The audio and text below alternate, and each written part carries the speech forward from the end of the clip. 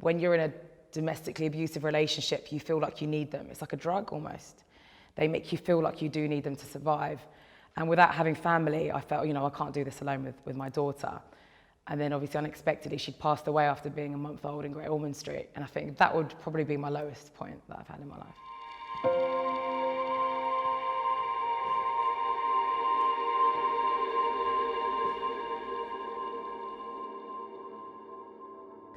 I had a good childhood. It was quite lonely, to be fair, because my mum was in and out of hospital quite a lot with breast cancer.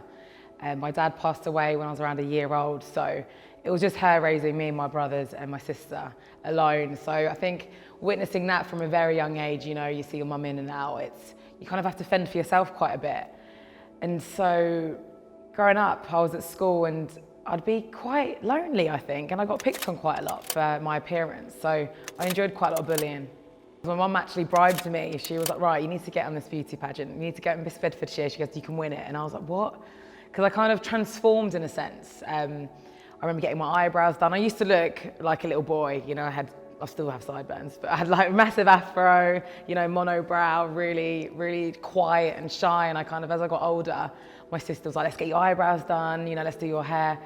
And my mum was like, just do it. And so I did it and I won. And I was quite surprised at myself. And I gained quite a lot of confidence through it. But actually it was doing more damage than what it was worth at the time. And I didn't realise until I was older. You're getting on stage and you're getting judged on your appearance. And at 16, you're still developing. So I started to starve myself slowly. I'd count my calories. I'd just drink water. And if I weighed more than what I'd weighed in the morning, at night, I would try and get it out. And so bulimia kicked in, binge eating, and so it became a vicious cycle and I got consumed with how I looked like and my appearance very quickly. Eating disorders, you take it in on yourself and you let it consume you. You don't want to talk about it because you feel embarrassed. You feel a lot of shame, a lot of guilt with it.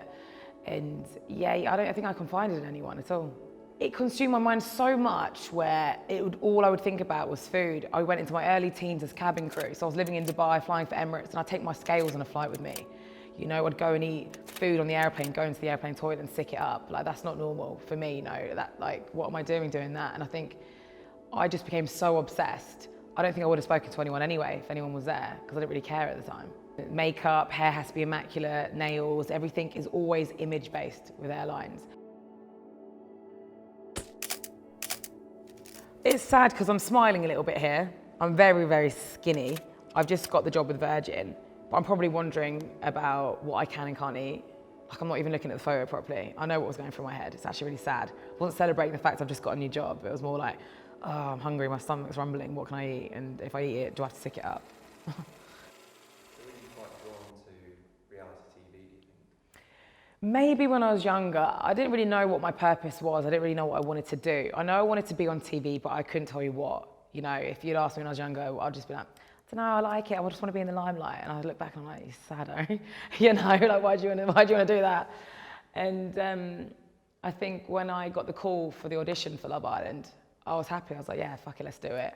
But I didn't know at that time what it would entail and what would come with it. And Mum egged it on, from a young age. She always wanted to push me. I think it's because she didn't have that growing up. And parents tend to do that. They project what they don't have and, they want their kids to do well. So yeah, no, I just landed back from a fly and a producer from Take Me Out actually called me and he was like, Malin, are you still single? I was like, yeah, why? He was like, there's a new show, Love Island. I don't know if you saw series 1, we want you on it. So I didn't actually have to apply for it. I was one of the last ones to get on. It took me like a week. They were like, cool, we love you. And it was all such a fast process. And so I didn't really have time to digest what I was actually doing at the time. So I started watching series 1. I was there on YouTube, like, what do I do? What's the show about? What do I pack? What do I need to do? And all I cared about at the time was losing weight, if I'm gonna be really honest. All I cared about was, shit, everyone's gonna see me in my bikini. Let's get the cellulite machine out. Let's get all these creams. Let's get PT. Let's diet. And I think that's really sad. You're going on a show and you're thinking about your looks already and you haven't even gone on this show yet. I felt like I wanted to go on Love Island purely because I was single at the time and it was an opportunity and we didn't know how big it was going to be. Series 2, no one knew, Series 1 was okay, I didn't really hear about it that much.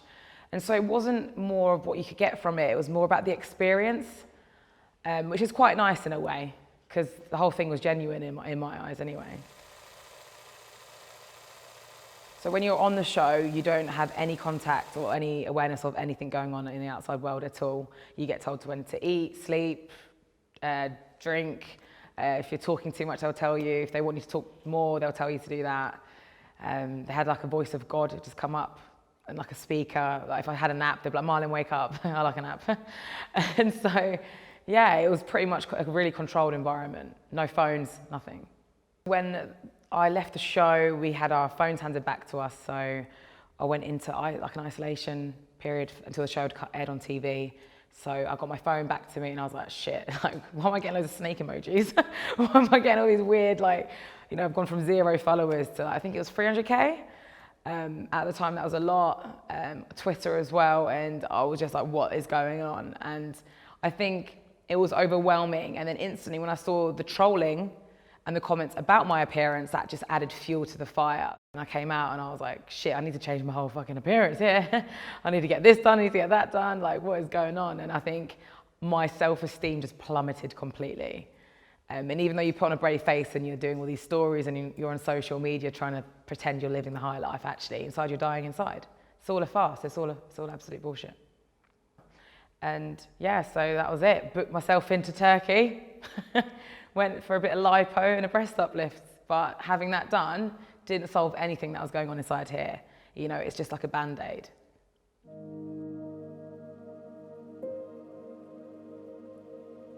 Yeah, I look back on it, my mum started to get ill with breast cancer for the second time after I'd come off the show. So I was in denial about her becoming ill again. I was like, she'll be fine, you know. And then I'm in the party scene, you know, trying to stay relevant, you know, trying to get papped. It's so fucking embarrassing.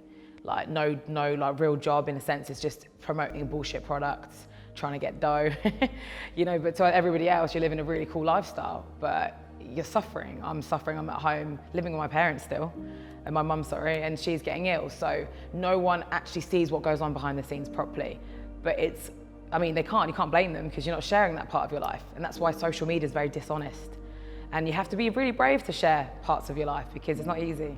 I think when you go through suffering and trauma, I tend to get a bit of OCD where you want to be in control of situations. If you're losing control out of one situation, you're like, right, mine was like cleaning, I wanted to clean, I wanted to control, you know, and, oh, let's control my appearance, let's control how people view me. I think it's that lack of control when something's slipping out of your hands, losing your mum, it's horrible.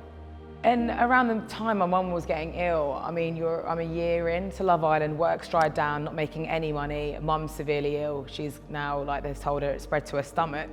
So I cut all my hair off. I remember donating it to charity, completely like shaved like pretty much most of my hair. And I was just such a lost little soul. I didn't know what I was doing with my life, career-wise, work-wise, family, everything was kind of slipping out of my hands and I fell into like a really dark place, probably like the lowest I'd ever been, to be fair. I don't think I knew much about it. You know, it's not spoken about. No one admits to feeling like they do. And I think things are covered up quite a lot. It's seen as a taboo, you know, to have mental health. People think, oh, is she crazy? Well, you don't know. And so because there's not much awareness raised around it, you don't feel inclined to talk about it. So then you hold it in and it just gets worse. I guess as humans, we seek external validation. We want validation from other people. It's like the likes and the comments and you feel boosted by it. You're like, oh, this person thinks this, so, oh, you know, you get elevated by it. And that's all in your brain, it's all in your subconscious. And that's coming from somewhere where you've lacked before. Is it because I didn't grow up with a dad? Is that why I've been having unhealthy relationships with men? Is it because my mum is ill? Am I seeking reassurance from other people that I don't know that's making me feel better, giving me nice comments? It's always linked to something that you've endured somewhere and you've got to pick at it. It's like peeling back the layers of yourself and digging down the deepest parts and the darkest parts of your life and unraveling it all, and that's how you heal. Yeah, I mean, my mum died and I think I started to see life very differently. I became very spiritual. I remember looking at her body and I was trying to poke her face and I was like, shit, she's not there anymore. So I then saw life very differently. I was like, there's more to life here. You know, the soul leaves the body. You know, you should take things as you see them, and I just thought everything's energy. Everything is absolute energy and everything's karmic, you know, and I just became so pure in a sense, and the things that mattered once to me didn't matter anymore. My appearance is nice to have, you know, it's nice to have nice things and look a certain way, but deep down, that's not what matters. Life isn't about that. And so my mum passing away gave me more structure and a meaning and a purpose.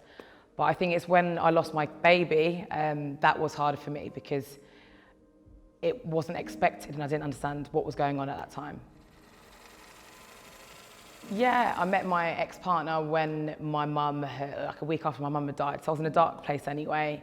I met him at a party and I got reeled in quite quick. Narcissists like to do that. They love bombing you at the start, everything's perfect. And I fell pregnant within a few months and I was like, okay, this could be a blessing. I called her after my mum, called her Concy. And I was like, maybe this is my purpose. Maybe it's to have a family. This is probably what she would want it for me. And as I got more and more pregnant, the relationship got worse. He started to raise his hand to me. The emotional abuse got a lot worse. And I think I felt more isolated than I had done before carrying her because I thought, okay, I'm gonna have to do this alone because I can't be with him. But when you're in a domestically abusive relationship, you feel like you need them. It's like a drug almost. They make you feel like you do need them to survive. And without having family, I felt, I can't do this alone with my daughter.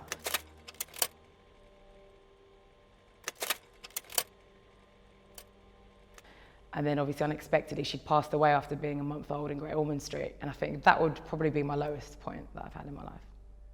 And do you think that really changed your view on life? Yeah, definitely. When you grow this beautiful body inside of you, everything changes. You're given a purpose. I was starting to get stretch marks. My body became bigger, and I was like, "It's all bullshit. I don't care about it anymore." It's all irrelevant. Your body is just like a vehicle that carries your soul. And when she passed away, I was just like, okay, now maybe I've got a bit of a purpose here. I felt like I tried to OD a few times. I didn't want to be here. I reached that dark place again. And I thought, if they were both alive, what would they want to see you doing? And I automatically turned to talking about how I felt. And I felt that helped me. It was like therapy almost. So the more I spoke about my pain and suffering, the more people it reached and the more people it helped. It gave me a purpose that I never felt I had before. It's weird when you go through trauma and stuff, you wonder why it happens to you, but it makes sense afterwards. And that's what I've taken from it all. I have to take a step back and view my life as a whole, and it makes sense.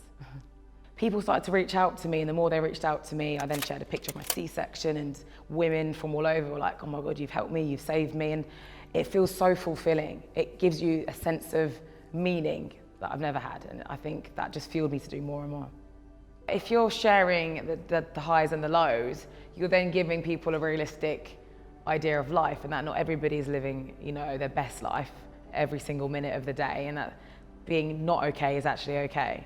With what I do and with what I talk about, it reaches so many people, and I know that if I can just reach one person, I've done my job with what I've wanted to do. So talking about things that I've gone through, even though it can be painful, I know that it's helping someone else. But I know that I get so many messages and I can't reply to every single one.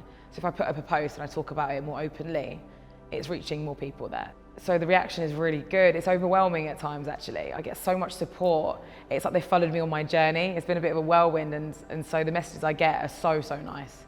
And people share their stories with me, and I see that, and it makes me, warm inside. It makes me want to share more and do more and help more. And yeah, it's a nice feeling. Yeah, so the advice I'd give to anybody that's suffered anything that I've gone through or something completely different, whether it's eating disorders, you're stuck in a violent relationship, you've lost a child, everything interlinks in a sense of you need hope and perseverance. You can have these charities, waiting for you to help you. You can have therapy, you can have good people around you, but ultimately you yourself, you need hope. Hope in a sense of that things will get better, and they do get better.